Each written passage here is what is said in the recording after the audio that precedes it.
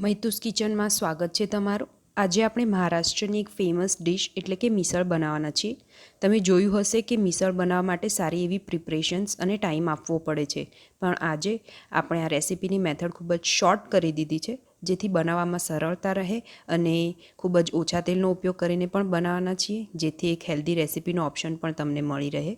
તો ચાલો આપણે બનાવવાની શરૂઆત કરીએ અને સૌથી પહેલાં બધા જ ઇન્ગ્રેડિયન્ટ્સ જોઈ લઈએ। અહીંયા આપણે 3 થી 4 નંગ ડુંગળીની અધકચરી પેસ્ટ લીધી છે, 2 નંગ ટામેટાની અધકચરી પેસ્ટ લીધી છે, આદુ લસણની પેસ્ટ 1 ટેબલ સ્પૂન, રાઈ 1 ટીસ્પૂન, જીરું અડધી ટીસ્પૂન, મીઠો લીમડો 10 થી 12 નંગ, કાશ્મીરી લાલ મરચું 1 ટીસ્પૂન, ધાણા જીરું પાવડર 1 ટીસ્પૂન, મિસળ મસાલો 1 ટીસ્પૂન, મીઠું સ્વાદ અનુસાર, તેલ 2 ટેબલ સ્પૂન, પૌવા 1 ટીસ્પૂન। એક મોટો બાઉલ ભરીને આપણે ફણગાવેલા મગ અને મઠ લીધા છે, એમાં 1 ટીસ્પૂન શિંગદાણા ઉમેરીશું, અડધી ટીસ્પૂન એમાં હળદર ઉમેરીશું અને 1 ગ્લાસ પાણી આપણે એમાં ઉમેરી દઈશું અને આ બધું આપણે કુકરમાં 1 વિસલ થાય ત્યાં સુધી બફાવા દેવાનું છે। તમે જોઈ શકો છો આપણા ફણગાવેલા મગ અને મઠ બફાઈને રેડી થઈ ગયા છે અને જે પાણી આપણે રેડ્યું હતું એ પણ આપણે જોડે જ લઈ લેવાનું છે, એને ફેંકવાનું નથી કારણ કે એમાં ખૂબ જ પોષક તત્વો રહેલા છે, તો પાણી સાથે જ આપણે બાઉલમાં કાઢી લીધું છે। હવે આપણે મિસળ બનાવવાની તૈયારી કરીએ। સૌથી પહેલાં કઢાઈમાં આપણે તેલ ઉમેરી દઈએ। તેલને આપણે પ્રોપર થવા દઈશું ગરમ થઈ જાય પછી જ આપણે એમાં વઘાર ઉમેરીશું। આપણે રાઈ નાખી દીધી, જોડે જોડે જીરું પણ નાખી દીધું છે। બંને સરસ રીતે તતડાય પછી જ આપણે આગળ વધીશું।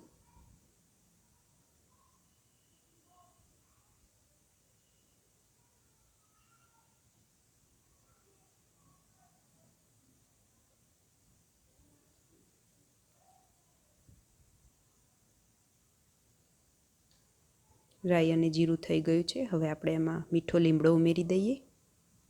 મીઠો લીમડો પણ થઈ ગયો છે। હવે આપણે એમાં ડુંગળીની પેસ્ટ ઉમેરીશું।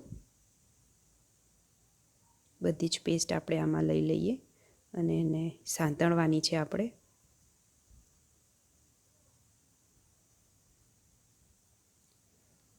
એક વસ્તુનું ખાસ ધ્યાન રાખવું કે ડુંગળીની પેસ્ટ આપણે સતત હલાવવાની છે, જેથી નીચે ચોંટી ના જાય અને અંદાજે આપણે 4 થી 5 મિનિટ માટે એને સાંતળીશું, જેથી સરસ એવો ગોલ્ડન બ્રાઉન કલર એમાં આવી જાય।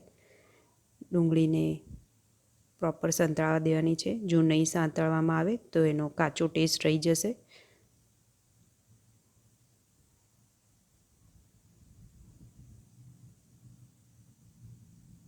તમે જોઈ શકો છો લાઇટ પિંક કલરની થઈ ગઈ છે।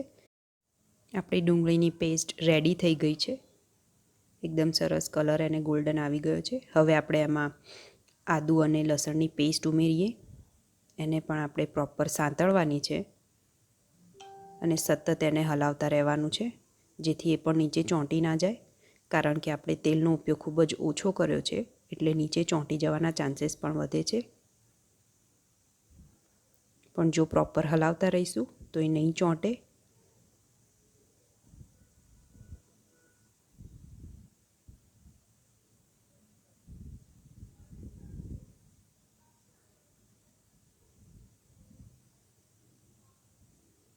લસણ અને આદુની પેસ્ટ પણ સંતળાઈને ઓલમોસ્ટ રેડી થઈ ગઈ છે।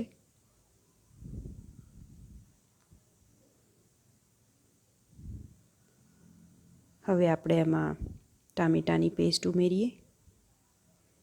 ટામેટાને પણ આપણે સરસ રીતે કૂક કરી લેવાના છે।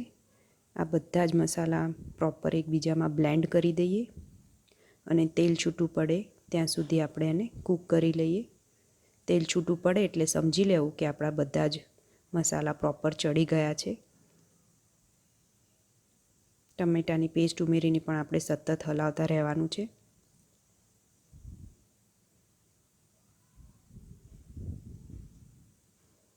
તમે જોઈ શકો છો કે તેલ છૂટું પડી ગયું છે સરસ રીતે, એટલે કે આપણા બધા જ મસાલા રેડી થઈ ગયા છે ચડીને.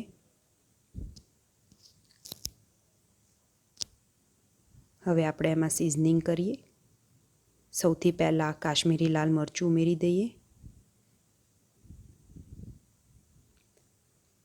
ધાણા જીરું પાવડર ઉમેરીએ અને છેલ્લે આપણે એમાં મિસળ મસાલો પણ નાખી દઈશું. જો અહીંયા તમારી જોડે મિસળ મસાલો અવેલેબલ ના હોય તો તમે ગરમ મસાલાનો પણ ઉપયોગ કરી શકો છો. હવે મસાલા આપણે બરાબર મિક્સ કરી દઈએ પેસ્ટની સાથે. સાથે સાથે આપણે ધ્યાન પણ રાખવાનું છે કે મસાલા બળી ના જાય, એટલે એને પ્રોપર હલાવતા રહીશું.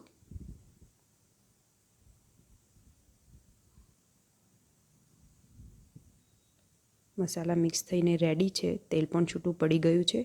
હવે આપણે કઠોળમાં જે પાણી બચ્યું હતું એ આપણે એમાં ઉમેરીશું, જે ઓલમોસ્ટ ગરમ છે. અને ઓલવેઝ યાદ રાખવું કે જો તમારે તરીવાળું કોઈ પણ શાક બનાવવું હોય તો આ જ રીતે ગરમ પાણીનો ઉપયોગ કરવો, જેથી તરી ખૂબ જ સરસ આવશે. જો તમે ઓછા તેલનો ઉપયોગ કર્યો હશે તો પણ તરી ખૂબ જ સરસ આવશે. એટલે ગરમ પાણી નાખવાનું ભૂલવાનું નહીં, કદી જ ઠંડુ પાણી ઉમેરવાનું નહીં. જો તમે ઠંડુ પાણી ઉમેરશો તો તમને તરી એટલી સરસ રીતે શાકમાં નહીં મળે. અહીંયા આપણે એને 2 થી 3 મિનિટ માટે થવા દઈએ. તમે જોઈ શકો છો ગરમ પાણી નાખતાની સાથે જ તેલ સરસ બધું ઉપર આવી ગયું છે.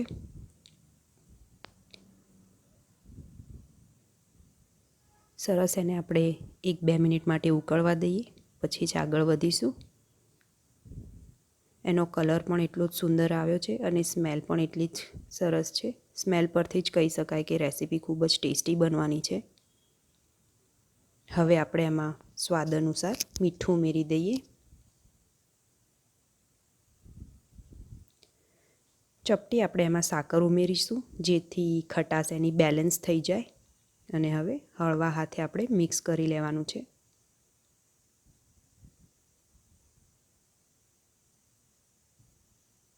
પ્રોપર બધું જ ઉકળી રહ્યું છે, પેસ્ટ અને મસાલા બ્લેન્ડ થઈ ગયા છે. હવે આપણે એમાં ફણગાવેલા મગ અને મઠ ઉમેરી દઈએ.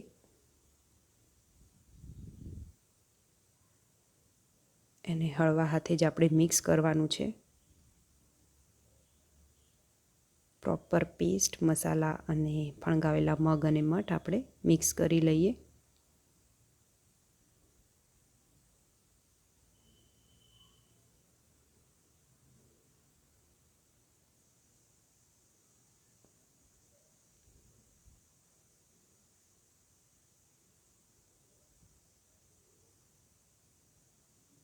હવે આપણે એમાં અડધો ગ્લાસ પાણી ઉમેરીશું. તમારે લિક્વિડી ફોર્મ રાખવું હોય તો પાણી થોડું વધારે પણ ઉમેરી શકો છો, પણ આટલી કન્સિસ્ટન્સી પ્રોપર છે મિસળ માટે. જો તમારે રોટલી જોડે કે પરાઠા જોડે સર્વ કરવું હોય તો આ કન્સિસ્ટન્સી પરફેક્ટ છે, પણ જો તમે પાઉં જોડે સર્વ કરતા હોય તો પાણી વધારે પણ ઉમેરી શકો છો. હવે આપણે એને 4 થી 5 મિનિટ સરસ રીતે ઉકળવા દેવાનું છે. આપણે ઢાંકીને ઉકળવા દઈશું, જેથી એની પ્રોપર તરી આવી જાય. તમે જોઈ શકો છો આપણું મિસળ રેડી છે. 4 થી 5 મિનિટ થયા બાદ સરસ એવો કલર પણ આવી ગયો છે. હવે આપણે એમાં છેલ્લે પોહા ઉમેરી દઈશું. પોહા નાખવાથી એને એક સરસ થિકનેસ મળે છે અને ટેસ્ટ પણ વધે છે.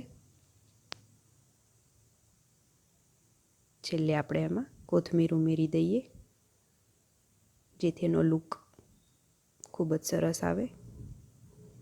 ગેસ ઓફ કરીશું. આપણું મિસળ રેડી છે. તમે જોઈ શકો છો ખૂબ જ સરસ એનો કલર આવી ગયો છે.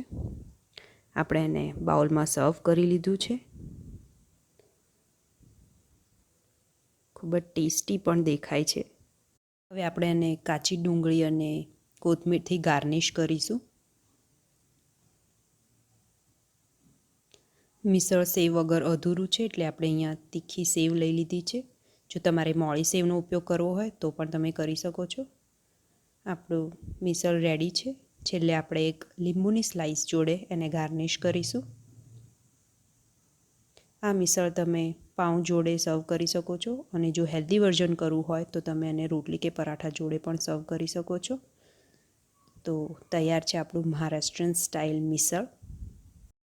જો તમને મિસળની રેસીપી ખૂબ જ ગમી હોય તો લાઇક અને શેર કરવાનું ભૂલતા નહીં.